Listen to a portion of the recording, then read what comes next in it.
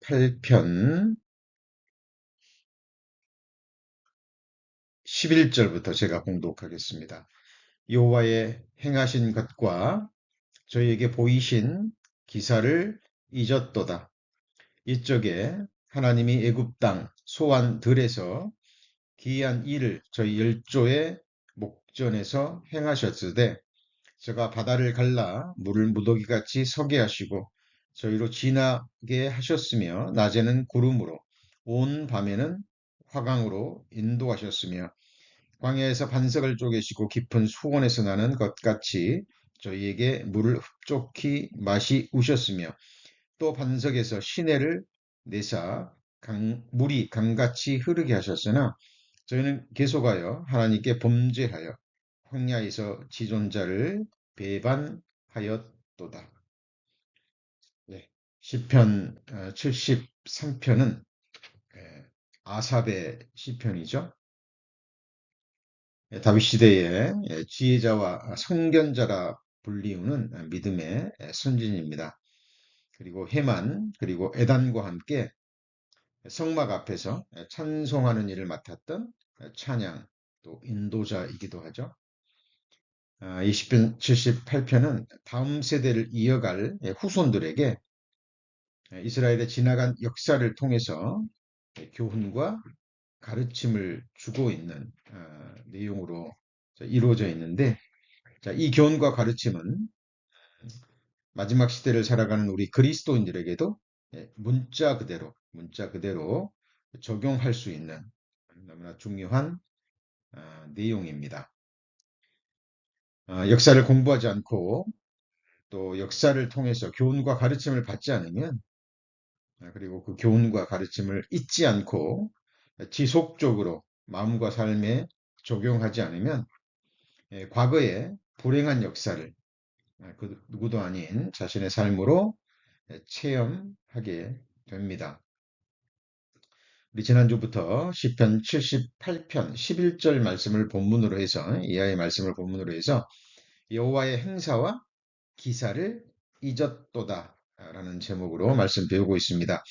지난주에는 13절까지 배우셨죠? 자, 오늘은 14절부터 시작하겠습니다. 14절 보시겠습니다. 자, 14절 보시면 낮에는 구름으로 온 밤에는 화광으로 인도하셨으며 광야에서 반석을 쪼개시고 깊은 수원에서 나는 것 같이 저희에게 물을 흡족히 마시우셨으며 그랬는데, 14절에 낮에는 구름으로 밤에는 화광으로 그랬는데, 이 화광이 불기둥을 의미하죠. 근데 14절에서 우리는 구름과 화광 그리고 인도라는 이 세 가지 키워드를 좀 마음에 생각하시고 말씀을 들으시기 바랍니다. 광야는 특별히 지금 이 시편 78편에서 이스라엘 백성들이 출애굽해서 거했던 이 광야는 사람이 도저히 살 수 없는 것이죠. 그런데 이 역사는 이 세상 역사는 이스라엘 백성들이 출애굽해서 40년을 거했다라는 이 사실을 증거하고 있습니다. 이거는 속일 수 없는 부분이죠. 속일 수 없는 부분입니다. 생각해 보시죠. 200만 명이 넘는 이스라엘 백성들이 출애굽해서 40년 동안 거했다라는 것을 거짓으로 기록할 수는 없는 겁니다.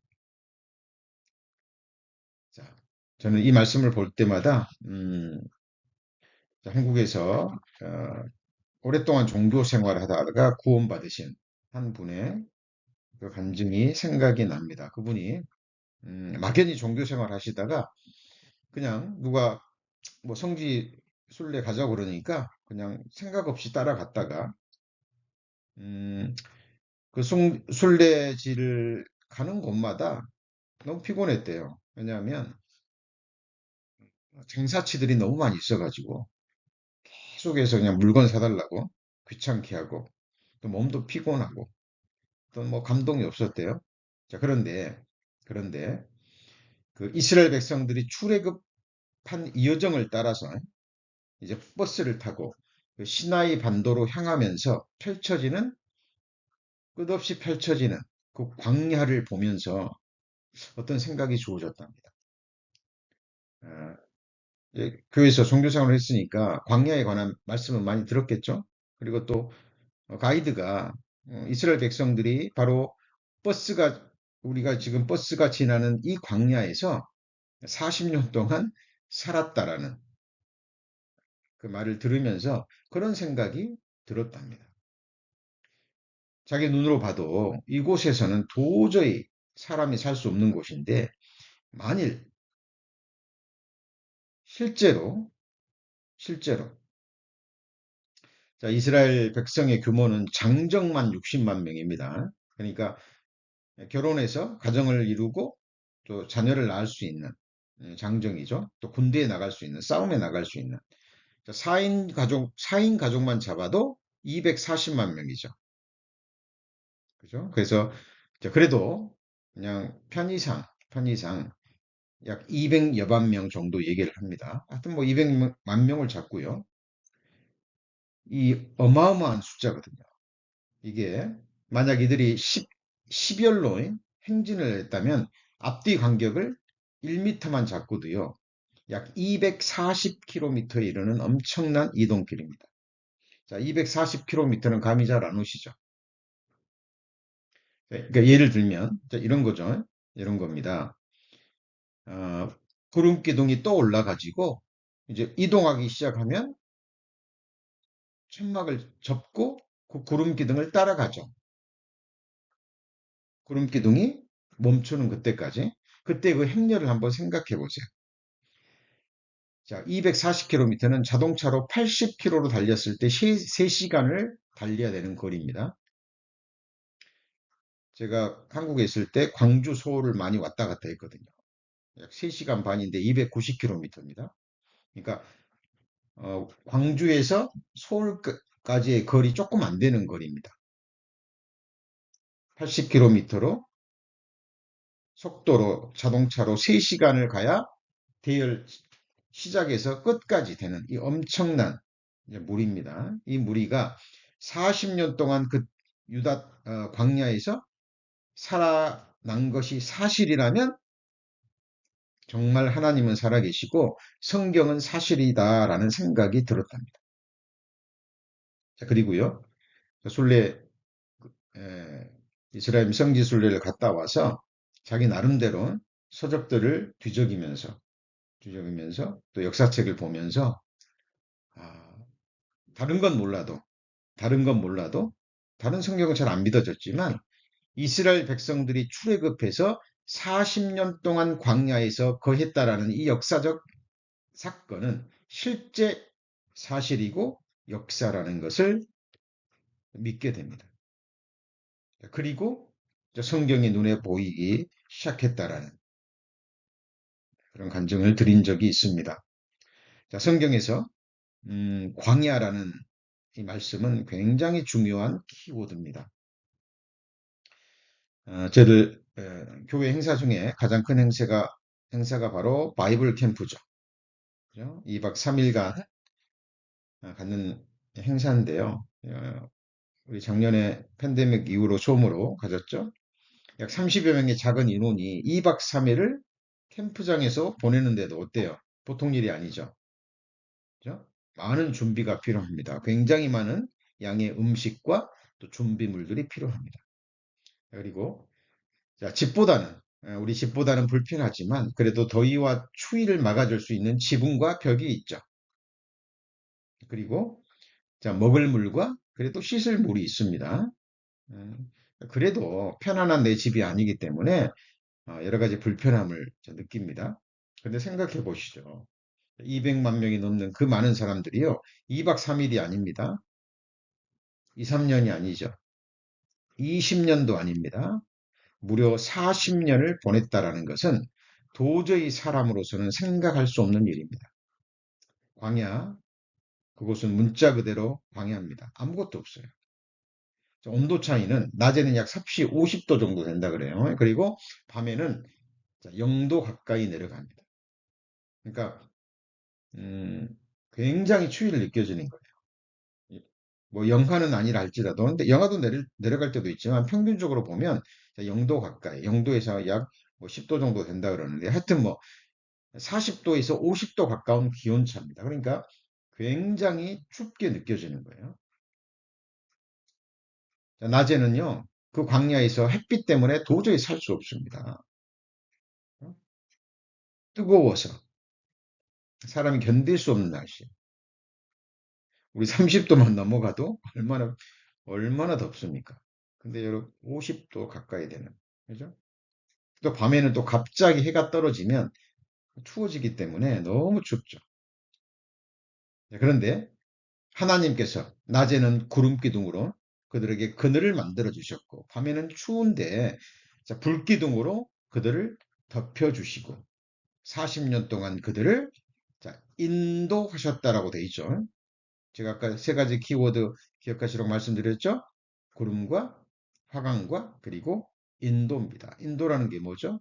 자, 길을 인도하는 거예요. 그들이 갈 곳이 있다라는 겁니다. 자, 우리 시편 78편 붙잡아 놓으시고 느헤미야 9장 12절입니다. 느헤미야 9장 12절.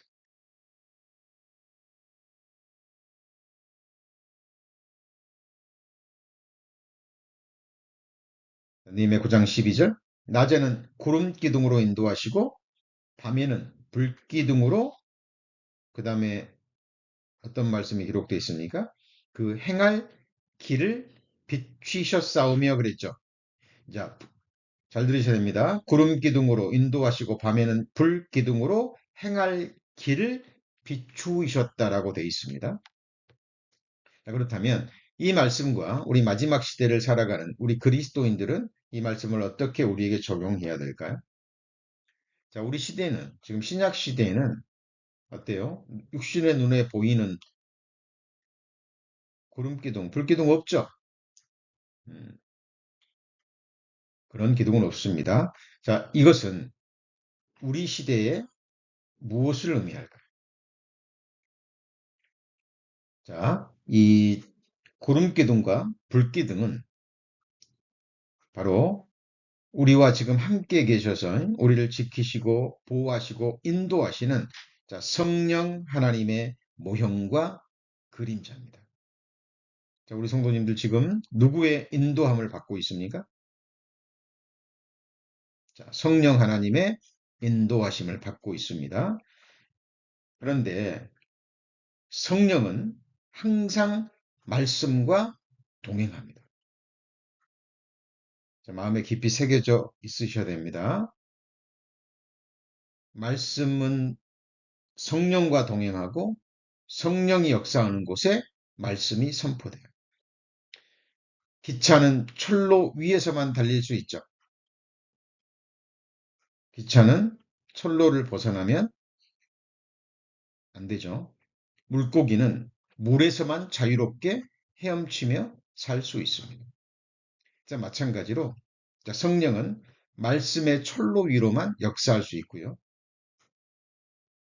그리고 말씀의 물 안에서 성령은 자유롭게 행하시고 역사하십니다.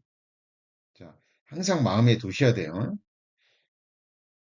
복음이 없는 교회에서 이 성령을 어떤 기운이나 뭐 특별한 힘이나 뭐 사람의 병을 고치는 어떤 힘이나 그런 쪽으로 해석을 해서 수많은 사람들을 미혹하고 또 말씀을 혼잡게 하는데 우리 성도님들은 정말 말씀 위에 서셔야 됩니다. 자, 구름 기둥과 불 기둥은 모세의 그림자와 모형이라고요. 예, 성령 하나님이십니다. 그리고 그 성령은 항상 말씀으로 역사해요. 우리 성도님들 지금 마지막 시대를 살아가면서 우리의 행할 길을 누구에 의해서, 무엇에 의해서 인도함을 받습니까? 바로 말씀의 인도함을 받죠. 그렇죠? 너무나 유명한 말씀, 119편, 105편 주의 말씀은 내 발의 등이요, 내 길의 빛이라고 말씀하시죠. 그러니까 느헤미야 9장 12절에 낮에는 구름 기둥으로 인도하시고 밤에는 불 기둥으로 행할 길을 비추셨다. 이 말씀은 바로 무엇으로요? 성령의 능력으로 선포되는, 성령의 감동하심으로 기록된 하나님의 말씀으로 행할 길을 비추시는 겁니다. 자, 우리에게 적용하면 자, 그렇게 되는 거죠. 자, 디모데후서 3장 16절 말씀 다 기억하시죠? 모든 성경은 하나님의 감동으로 된 것으로 이렇게 돼 있죠.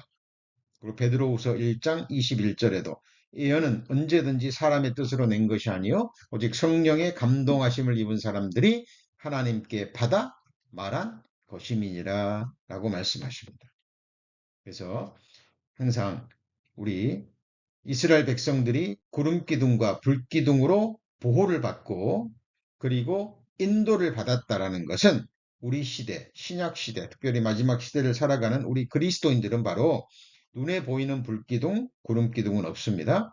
자, 이것은 성령으로 인도함을 받는 것, 성령의 감동하심으로 기록된 하나님의 말씀으로 인도함을 받는 것을 의미합니다. 자, 우리 로마서 8장 14절입니다. 로마서 8장 14절. 로마서 8장 14절.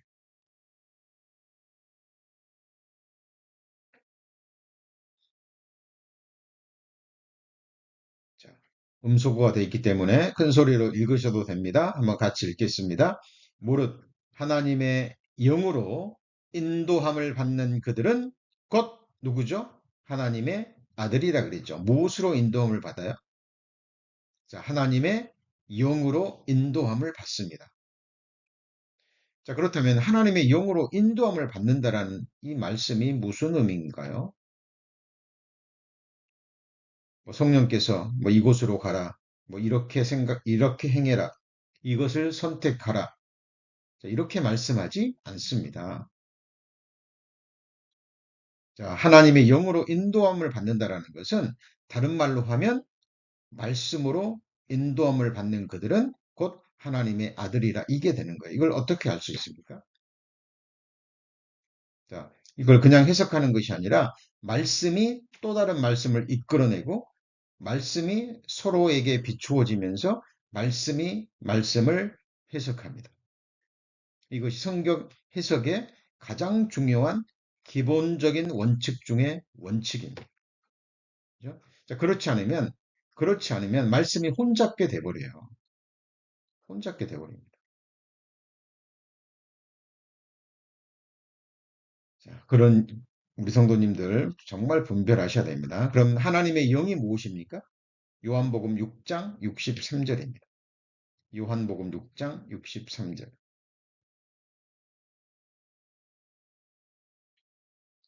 자, 살리는 것은 영이니 육은 무익하니라. 같이 읽어볼까요? 내가 너희에게 이른 말이 영이요 생명이라 그랬죠. 내가 너희에게 이른 뭐가요? 말이. 그러니까 예수 그리스도께서 우리에게 하신 말씀이 영이라는 겁니다. 그리고 생명이라 말씀하시죠. 자, 태초에 말씀이 계시니라 이 말씀은 하나님과 함께 계셨으니 이 말씀은 곧 하나님이라라고 요한복음은 선포하고 있습니다. 그러니까 우리 성도님들 막연하시면 안 돼요. 뭐 하나님의 영으로 인도함을 받는 것이 막연한 것이 아닙니다. 기록된 성령의 감동하심으로 기록된 하나님의 말씀이 우리를 인도하는 거예요. 무엇을요? 우리의 시선을, 우리의 마음을, 우리의 언행을, 우리의 삶의 방향을 인도하시는 겁니다. 그렇죠? 그래서 예수님께서 내가 길이요 진리요 생명이니라고 말씀하시잖아요.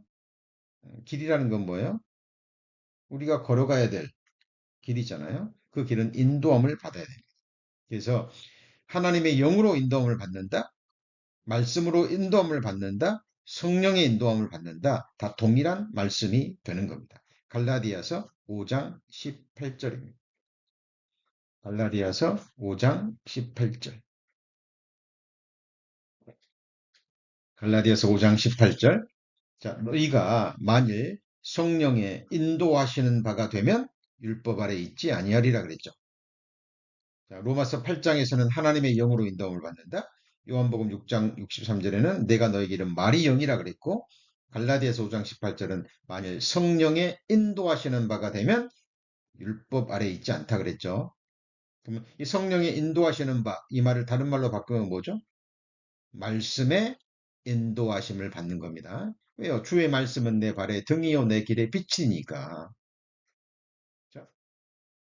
시편 48편 14절에도 이 하나님이 영영이 우리 하나님이시니 우리를 죽을 때까지 인도하시리로다 그랬죠. 이 말씀 너무 잘 아시죠? 하나님은 영영이 우리 하나님이시니. 그러면 하나님이 말씀이죠. 그렇죠? 하나님은 우리를 뭘로 인도하셔요? 말씀으로 인도하십니다. 성령의 능력으로 인도하시죠. 언제까지요? 죽을 때까지 인도하시는 거예요. 그래서 우리는 하나님의 기르시는 양이라는 말씀도 있죠. 그래서 양들은 목자의 음성을 분별하고, 그죠? 그 음성을 따라갑니다. 그 음성의 인도함을 받는 거예요. 그 음성은 막연한 것이 아니라 성령의 감동하심으로 기록된 확실한 말씀입니다. 그래서 우리가 말씀을 읽고 듣고 배우는 거예요.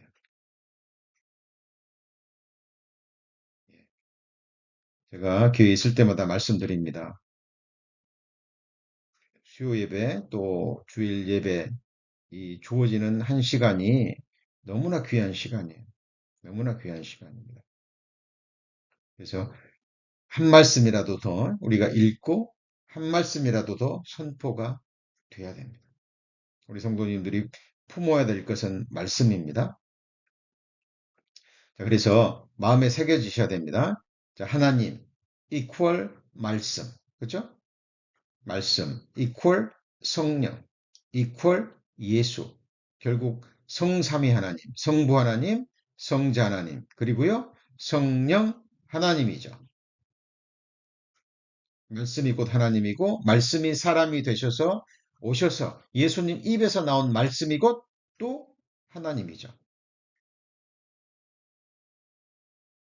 그래서 이 말씀은 하나님은 인도하시려면 어디 있어야 됩니까? 우리 뒤에 있어야 돼요? 앞에 있어야 돼요? 예, 앞에 있어야 됩니다. 앞에 있어야 돼요. 그래서 하나님께서 항상 선두로 행하십니다. 그리고 하나님께서 항상 앞서 행하시는 거예요. 그래서 동행이라는 것은 성경에서 말하는 동행은 하나님이 앞서 행하시고 우리는 그 옆을 바짝 뒤쫓는 겁니다. 바로 옆에서. 그러나 그 걸음은 누가 더 앞서야 돼요? 하나님이 앞서셔야 됩니다. 그죠? 민수기 14장 14절입니다. 민수기 14장 14절.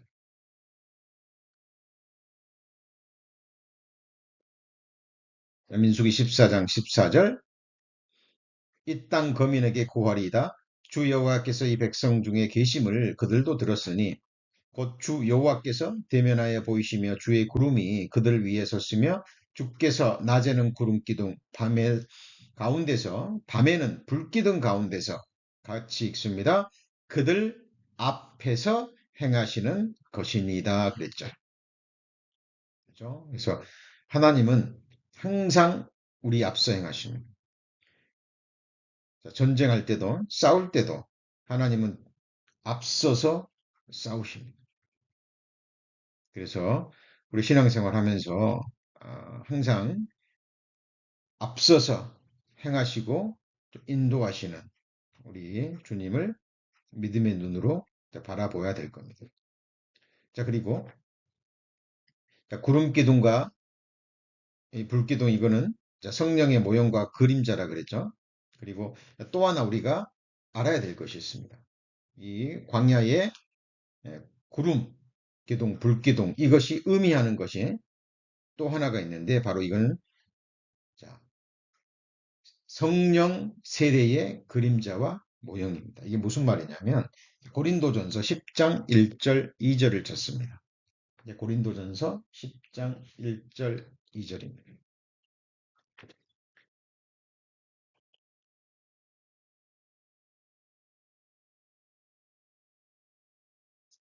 고린도전서 10장 1절 2절. 형제들아 너희가 알지 못하기를 내가 원치 아니하노니 우리 조상들이 다 구름 아래 있고 바다 가운데로 지나며 자, 2절은 같이 읽습니다. 모세에게 속하여 다 구름과 바다에서 세례를 받고 그랬죠. 자, 이게 무슨 말일까요? 모세에게 속하여 구름과 바다에서 뭘 받았다고요? 세례를 받고.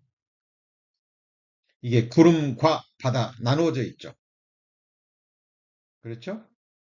그러니까 구름에서 받는 세례, 바다에서 받는 세례, 이게 다르다는 얘기입니다. 이게 무엇을 의미합니까? 우리 성도님들은 구름에서 받는 세례와 바다에서 받는 세례를 다 받으셨습니까? 예, 우리는 다 받았습니다. 이게 무엇을 의미하냐면, 자, 구름은 아까 뭘 의미한다 그랬죠? 성령을 의미한다 그랬죠? 그렇죠? 네, 성령을 의미합니다. 그래서 구름 세례는 곧 성령 세례를 의미합니다. 자, 그러면 성령 세례, 성령 침례는 무엇을 의미합니까? 자, 특별한 것이 아닙니다. 우리가 늘 배웠고 익히 하는 말씀입니다. 죄의 사함을 받을 때 성령을 선물로 받죠. 그죠? 회개하고 죄 사함을 받으라. 그리하면 성령을 선물로 받으리니 그랬잖아요. 너희가 성령을 받은 것이 율법의 행위로냐 듣고 행함이로냐. 율법의 행위냐 듣고 믿음이로냐. 뭐죠? 듣고 믿을 때죠. 그죠? 그러니까 우리 성도님들 성령 세례를 받는다는 것은 성령을 받는 거예요. 그죠? 이게 바로 구약 시대에서는 모형으로 이스라엘 백성들이 구름과 바다에서 세례를 받았다라고 얘기를 합니다. 그죠? 자, 그럼 바다에서 받는 세례는 뭡니까? 그거는 바로 물침례를 가리키죠. 그죠? 물침례를 가리킵니다. 자, 자, 성령은 제3위 하나님이시죠. 그죠? 그리고 성령을 성경에서는 하나님의 영, 아버지의 영이라고도 하고 아들의 영이라고도 하고 주의 영이라고도 나옵니다. 그죠? 그래서 성령 세례를 받은 이후에 우리가 신앙 고백으로 우리는 물침례를 받죠. 그렇죠? 자, 이것을 구약 시대에서는 바다에서 구름과 바다에서 이스라엘 백성들이 뭘 받았다고요? 세례를 받았다라고 표현을 하는 겁니다. 자, 이것을 우리가 믿음을 우리한테 잘 적용해야 되겠죠? 그리고 또 하나 여기서 우리가 정리해야 될 것이 있습니다. 왜냐하면 어, 특히 마지막 시대에는요, 잘못된 말씀들이 너무 많이 선포가 됩니다. 그리고 세상에서 유명하다는 뭐, 말씀을 재미있게 만나게 그죠? 말씀을 전해서 한다라는 그런 유명한 강사들 중에요. 진짜 성경의 무지함을 드러내는 그런 말씀들이 너무 많이 있습니다. 그 중에 하나가 뭐냐면 성령의 불세례를 받으라. 많이 들어보셨죠? 성령의 불을 받으라. 들어보셨습니까? 성령의 불이 무엇입니까? 성령의 불세례를 받으라라는 말을 굉장히 많이 합니다. 근데 이거는 잘못된 겁니다. 자, 마태복음 3장 11절 12절입니다. 마태복음 3장 11절 12절.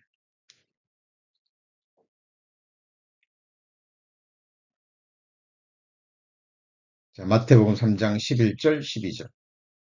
들으셨죠? 나는 너희로 회개케 하기 위하여 물로 세례를 주거니와 내 뒤에 오시는 이는 나보다 능력이 많으시니 나는 그의 신을 들기도 감당치 못하겠노라.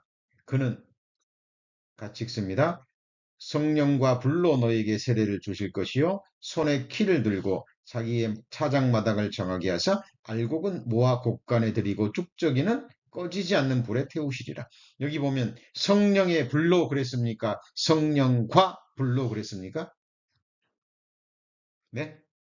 성령의 불이 아니라 성령과 불로 세례 이렇게 됩니다. 그러니까 성령 세례가 있고 불 세례가 있는 거예요. 그럼 이게 뭡니까? 성령 세례는 뭐고 불 세례는 뭐예요? 어렵지 않습니다. 바로 12절에 답이 나와 있잖아요. 자, 성령과 불로 세례를 주는데 성령 세례는 뭘 가리키죠? 손에 키를 들고 자기 타작마다를 정하게 하사 알곡은 모아 어디에 드리고요? 곳간에 드리고. 그러니까 성령 세례를 받은 사람은 곳간에 드리고 불 세례를 받는 사람은 어디에 들어가요? 꺼지지 않는 불에 태우시는 겁니다. 그죠?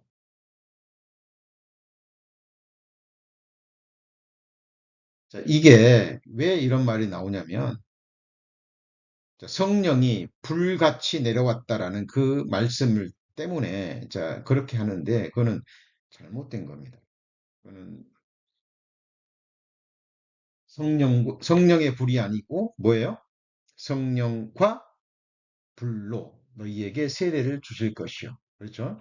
그래서 성령 세례는 회개하고 죄 사함 받을 때 주어지는 성령을 말하는 겁니다. 지금 침례 요한이 세례 요한이 지금 회개의 세례를 베풀잖아요. 그죠?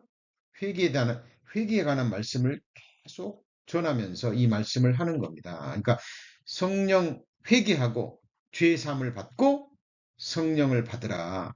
자, 그렇지 않으면 너희 불세례를 받고 꺼지지 않는 불에 들어갈 것이다라는 자, 말씀을 지금 선포하고 있는 것입니다. 기억하세요. 성령의 불이 아니라 뭐예요? 성령과 불입니다. 자, 그리고 우리가 이 광야, 이스라엘 백성들이 40년 동안 거했던 이 광야에서 또 하나 반드시 짚고 넘어가야 될 것, 우리 성도님의 마음에 깊이 새기고 또 새겨야 될 것은 뭐냐면 이스라엘 백성들에게 하나님이 광야 생활을 허락하신 이유와 목적입니다. 자, 하나님은 왜 이스라엘 백성들을 광야에서 40년 동안 거하게 하셨을까요? 자, 물론 그들이 믿지 않았기 때문입니다. 하나님 말씀에 순종하지 않았기 때문입니다. 그러나 좀 더 구체적으로 들어가면, 자, 기록된 말씀을 통해서 분명히 나와 있죠. 신명기 8장 2절 3절입니다. 신명기 8장 2절 3절입니다.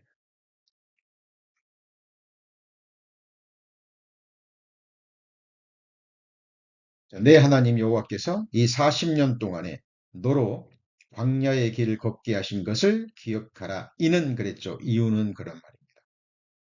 하나님이 이스라엘 백성을 40년 동안 광야에 걷게 하신 이유는 목적은 나와 있죠. 첫 번째가 뭐죠? 너를 낮추시며 그랬습니다. 광야는 낮아지는 곳입니다. 낮춤을 받는 거죠. 그래서 광야는 낮아짐의 학교, 깨어짐의 학교, 부서짐의 학교라는 말을 많이 씁니다. 그래서 성경 속에 믿음의 선진들, 의롭다 인심을 받고 승리자의 삶을 산 믿음의 선진들의 삶을 보면 광야를 통과하지 않은 인물은 없습니다. 자, 이 신명기서를 기록하고 있는 모세, 광야 생활 했습니까? 광야 생활 했어요, 안 했어요? 물론 이 출애굽에서 광야 생활 말고요. 그죠? 모세가 40년 동안 왕국에 거하면서 자기의 힘으로 이스라엘 백성들을 이끌려고 생각했죠. 하나님 허락지 않으시죠? 자기 백성을 돌본다고 하다가 애굽 사람을 쳐 죽입니다. 바로가 이 사실을 알고 죽이려 하자 어떻게 하죠? 미디안 광야로 도망갑니다. 몇 년 동안이요? 40년 동안. 40년 동안.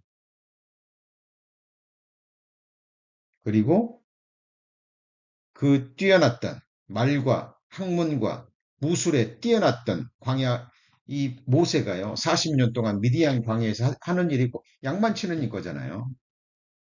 양 치는 일이 굉장히 힘들답니다. 고되고. 그리고 똑같은 일이 반복되는 거예요. 여러분, 모세는 40년 동안 광야에서 하나님이 하신 일이 뭔가요? 낮아지는 일이었습니다. 자기의 실상을 보는 일이었어요. 40년 후에 하나님이 부르십니다. 그러니까 모세가 뭐라 그래요? 보낼 만한 자를 보내소서. 그죠? 나는 이 혀가 둔한 자입니다. 40년 전에는 성경은 증거하기를 말에 능한 자. 그죠? 근데 40년 연단을 받고 나서는 보낼 만한 자를 보내소서. 나는 말도 둔하고 나는 아무런 능력이 없습니다. 근데 하나님은 그 고백을 들으시고 그 진실된 고백을 들으시고 이제야 자격이 된 거죠. 그죠? 여러분 잘 아시는 위대한 다윗 왕 어디에서 연단 받습니까? 광야에서 연단 받습니다. 사울 왕이 죽이려고 하니까 동굴에 거하면서 광야에 거하면서요. 그 두려움 속에서 하나님을 의지하는 법을 배우고 낮아집니다. 깨어지죠. 그렇죠? 여러분 잘 아시는 야곱, 이스라엘 민족의 시조가 되는 야곱이 축복을 받자마자 형이 죽으려고 하니까 어때요? 갑자기 그냥 한순간에 뭐 보따리짐도 생길 여를도 없이 지팡이 하나만을 들고 익숙했던 종용했던 아버지의 장막집을 떠나 기약 없는 험난한 여행을 단 광야에서 야곱은 깨지고 부서집니다. 드디어 약복강가에서 하나님 앞에 항복하죠. 굴복합니다. 자, 우리 성도님들이 하나님과 싸워서 이길 수 있는 유일한 길이 뭐죠? 하나님 앞에 깨어지는 일입니다. 하나님 앞에 부서지고 하나님 앞에 낮아지는 거예요. 그래서 우리도 야곱처럼 우리의 약복강이 있어야 됩니다. 하나님이 축복하지 않으면 우리는 축복받을 수 없잖아요. 여러분, 하나님이 주시지 않은 축복은 다 헛된 축복인 거 아시죠? 여러분, 누구의 축복을 받고 싶으십니까? 하나님의 축복입니다. 야곱이 꾀가 많은 사람이었잖아요. 자기 지혜가 많은 사람이었잖아요. 철저히 이기적인, 자기 중심적인 삶을 사는 사람이었습니다. 그가 축복을 받았어요. 하나님은 야곱을 축복하셨기 때문에, 약속하셨기 때문에 축복을 주셔야 돼요. 그래서 축복을 주시기에 합당한, 야곱이 축복을 받기에 합당한 자가 되게 하기 위해서 하나님은 야곱을 광야에서 깨뜨리시고 부서뜨리시고 약복강가에서 환도뼈를 위골시키셨다.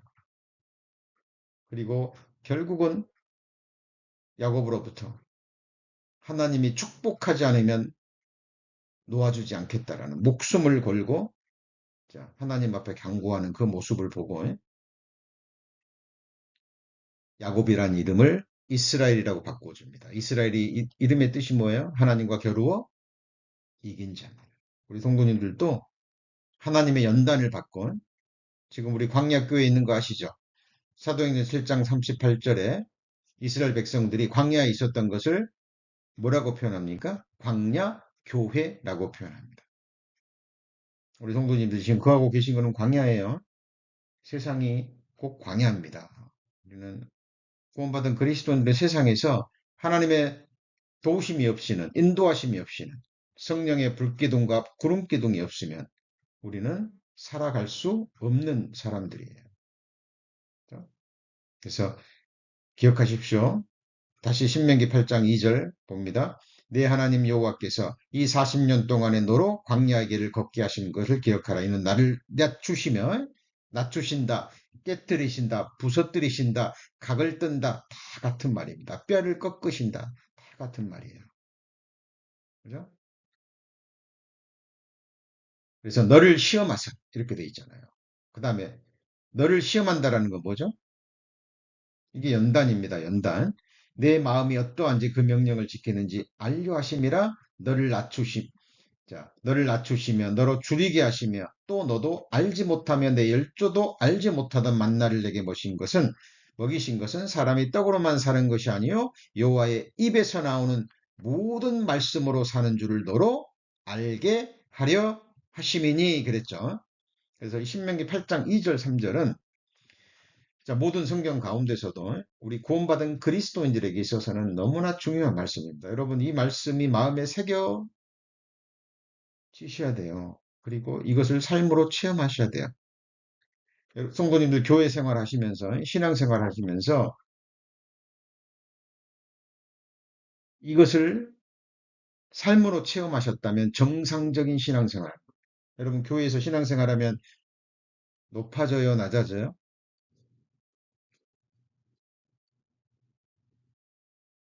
공수 경보 났다고 올리네요.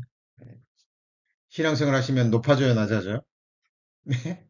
낮아집니다. 낮아집니다. 여러분 신앙 생활 있으면 교회 가운데 있으면요. 성도님들과 함께 있으면 낮아져요. 낮아집니다. 연단 받으면 받을수록 이제 깨지고 부서지고 둥글둥글둥글하게 되는 거죠. 곡식으로 말하면 부서져 고운 가루가 되는 거예요.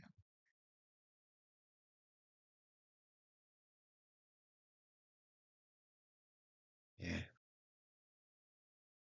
자, 그래서 너를 시험하사. 시험한다는 것은 하나님이 명령을 지키는가 아니 지키는가 이 말은 무슨 말이죠? 너희가 나를 사랑하면 내 계명을 지키리라라고 요한복음 14장에 예수님 말씀하셨죠. 그죠?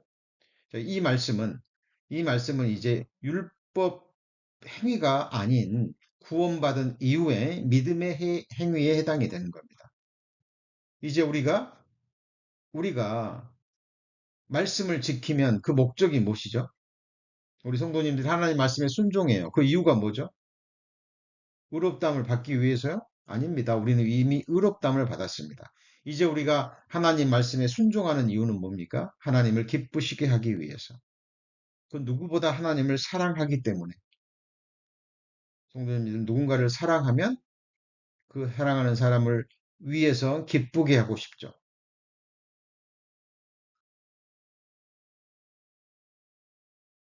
당연한 마음입니다. 그래서 우리가 정말 하나님을 사랑하기 때문에 우리는 이제 하나님 말씀에 순종합니다. 이것은 율법의 행위, 내 의를 드러내기 위해서, 의롭다함을 받기 위해서 하는 율법의 행위가 아니라 하나님을 사랑하기 때문에, 하나님을 기쁘시게 하기 위해서, 우리가 받은 은혜가 너무 크기 때문에 그 은혜에 조금이라도 보답하기 위한 그렇죠? 우리의 믿음의 행위가 되는 거죠. 그래서 하나님은 명령을 지키는지 안 지키는지 알려 하심이라. 이 말은 다른 말로 하면 정말 우리가 이제 하나님을 사랑하는지 사랑하지 않는지 확인받고 싶어 하시는 거예요. 그죠? 자, 그리고 또 한 가지, 또 한 가지. 자, 이스라엘 백성들이 뭘 먹었죠? 만나를 먹었죠. 만나는 어디에서 내립니까? 땅에서 재배해요? 하늘에서 떨어져요? 하늘에서 떨어지죠. 예수님께서 말씀하셨습니다. 나는 하늘에서 내려온 산 떡이요. 말씀하셨죠. 참된 음료라고 말씀하셨습니다. 예수님은 우리를 위해서 자기의 살과 피를 떡과 음료로 주셨어요. 최고의 사랑입니다. 우리 성도님들 지금 예수님을 먹고 계시죠? 내가 주의 말씀을 얻어 먹었사오니. 그랬죠?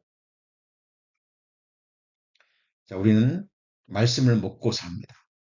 그래서 우리가 떡으로만 살 것이 아니요. 그 말은 이 떡은 뭐죠? 떡은 눈에 보이는 떡입니다. 이것도 이 세상을 살아갈 때는 필요합니다. 절대적으로 필요하죠. 그죠? 떡도 필요합니다. 육신의 떡도. 근데 떡으로만 살 것이 아니요. 그랬잖아요. 하나님 입에서 나오는 무슨 말씀이죠? 자, 모든 말씀입니다. 하나님 입에서 나오는 내가 좋아하는 말씀 아니에요. 모든 말씀이에요. 그래서 우리는 성경을 창세기부터 요한계시록까지 그렇죠? 계속해서 배우시되 어떤 성경을 배우시든지 서로 연결이 돼야 됩니다. 그렇죠? 우리가 지금 시편 78편을 배우고 있지만 어때요? 성경 전체를 다루죠. 이제 연관된 말씀을 가지고 그리고 지금 마지막 시대를 살아가는 우리에게까지 적용을 하면서 우리는 성경을 배워가야 됩니다.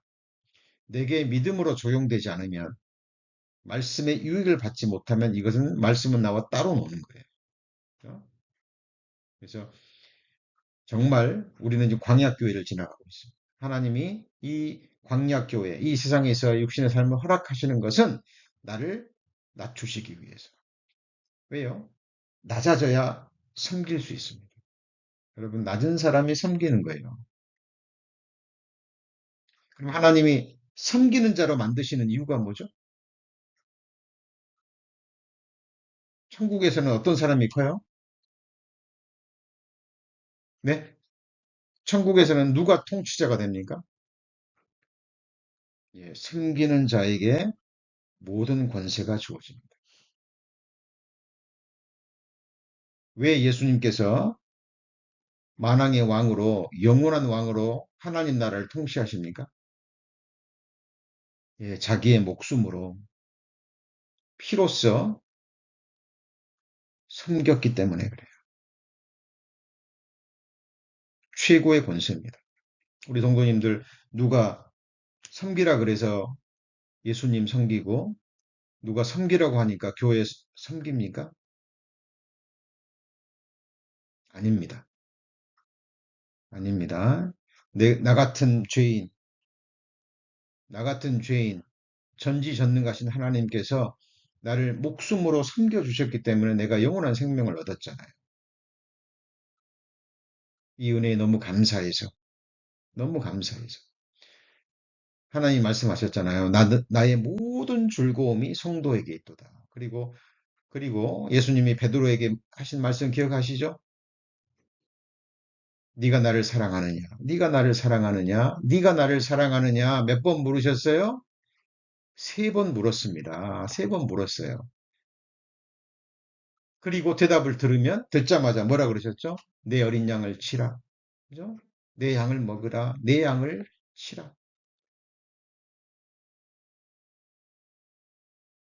여러분, 정말 주님 사랑하시는 성도님들은 무엇으로 드러납니까? 예, 하나님의 어린 양을 향한 사랑으로 드러나요. 그래서 교회에서 우리의 섬김은 물 한 컵을 대접하더라도 정말 성심에서 네가 정말 나를 사랑한다면 내 어린 양을 먹이라는 그 말씀이 새겨진 그리스도인들이요. 몸된 교회에서 주님이 피로 사신 교회를 기쁨과 감사함으로 섬기는 겁니다. 자, 그리고 이렇게 낮아진 그리스도인들이 하나님께서 은혜를 주시고 축복을 주시고 그 나라에서 높이는 거예요. 주님 나라에서 높이 드시는 겁니다. 그러면 하나님 나라에서 높이 들린 우리 성도님들 높이 들리셨다면 하나님이 주신 권세로 무엇이겠습니까? 네? 하나님 나라에서 또 나를 자랑하고 나의 의를 드러내고 그래요? 아니에요. 여러분, 그 권세로 또 하나님 성도들을 또 섬기는 거예요. 우리 성도님들 능력이 있어야 섬기는 거 아시죠? 네? 능력이 있어야 됩니다. 마음도 있어야 되고 능력이 있어야 섬기는 거예요. 마음이 넓혀져야 성도님들을 배려할 수 있고, 섬길 수 있고, 기쁘게 할 수 있는 거.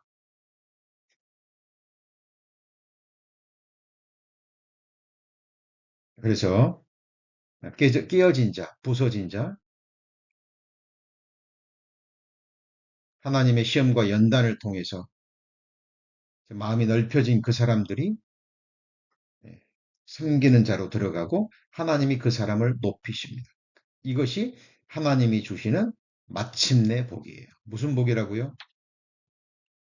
마침내 복입니다. 그래서 8장 16절입니다. 신명기 8장 16절. 신명기 8장 16절. 자, 내 열조도 알지 못하던 만나를, 이 만나는 신약 시대에 지금 우리가 성령의 감동하심으로 하나님이 주시는 말씀이죠. 자, 만나를 광야에서 내게 먹이셨나니 이는 다 너를 낮추시며, 또 나오죠. 반복되죠. 너를 시험하사, 같이 읽습니다. 마침내 복을 주려 하심이었느니라. 이것이 하나님의 본심입니다. 그러니까 하나님이 우리 성도님들 교회 가운데 있을 때, 낮추어질 때, 그죠? 누가 나를 깨트릴 때, 누가 내 머리를 밟고 지나갈 때, 누군가가 내 눈에 가시가 되고 내 옆구리에 찔릴 때, 여러분 그때 하나님이 이렇게 행하시는구나, 낮추시는구나, 내가 아직 낮아질 부분이 있구나, 그리고 하나님이 마침내 나를 복 주시려고 하시는구나, 이 말씀이 생각나셔야 됩니다. 그리고 이 복은 어떤 복인가요? 세상적인 복이 아닙니다. 에베소서 1장입니다. 신약성경 에베소서 1장 3절.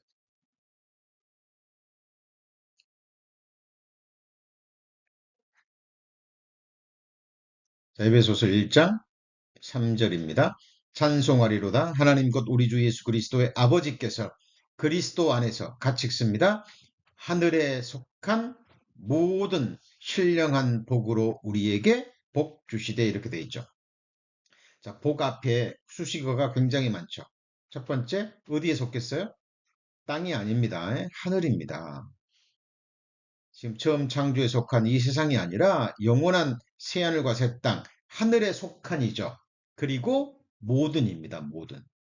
한두 가지가 아니라는 거예요.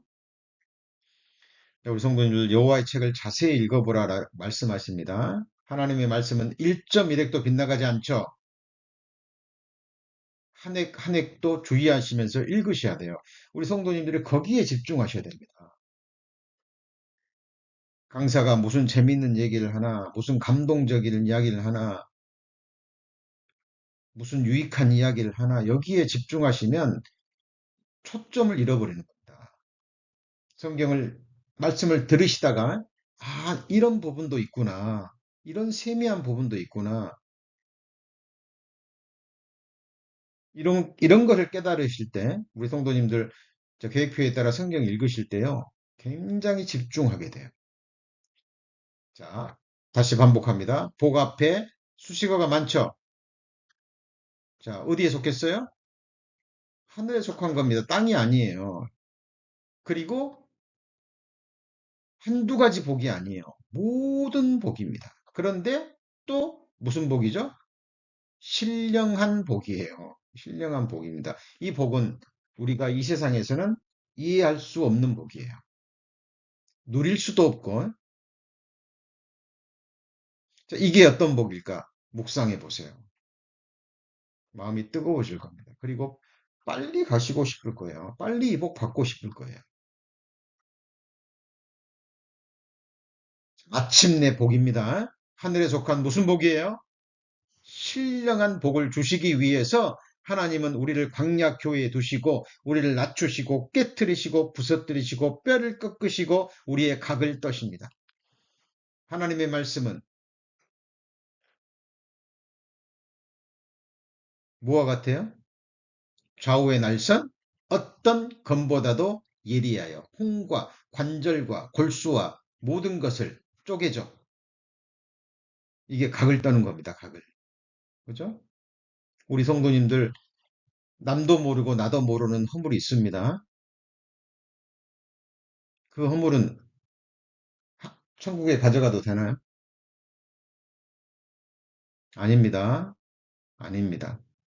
나도 모르고 남도 몰라요. 하나님만 아시는 허물이 있습니다. 하나님은 그 허물까지 깨끗게 하셔서 완전한 자로 세우시는 거예요.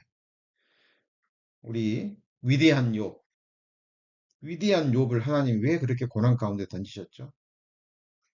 욥은 그런 고난이 아니면 숨은 허물이 드러나지 않기 때문에 그래요. 욥 깊숙이 박혀 있는 자기의 언제 드러났죠?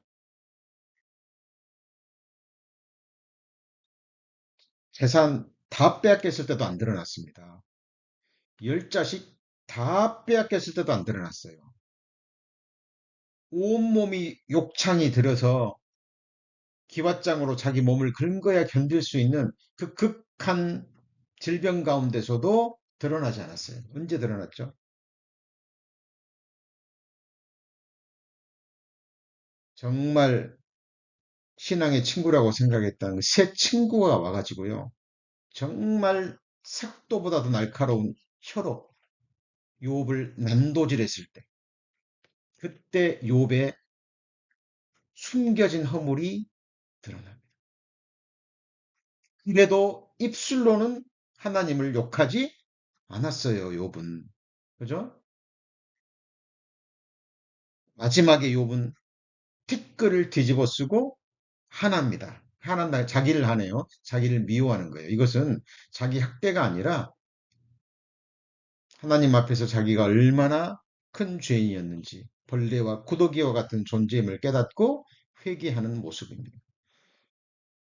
그죠?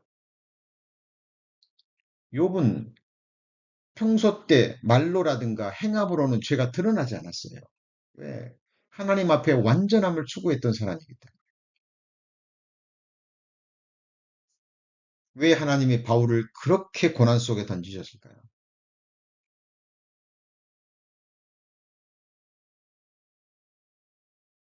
바울은 율법의 행위로는 흠이 없는 자입니다. 성경이 그걸 증거해요. 그래서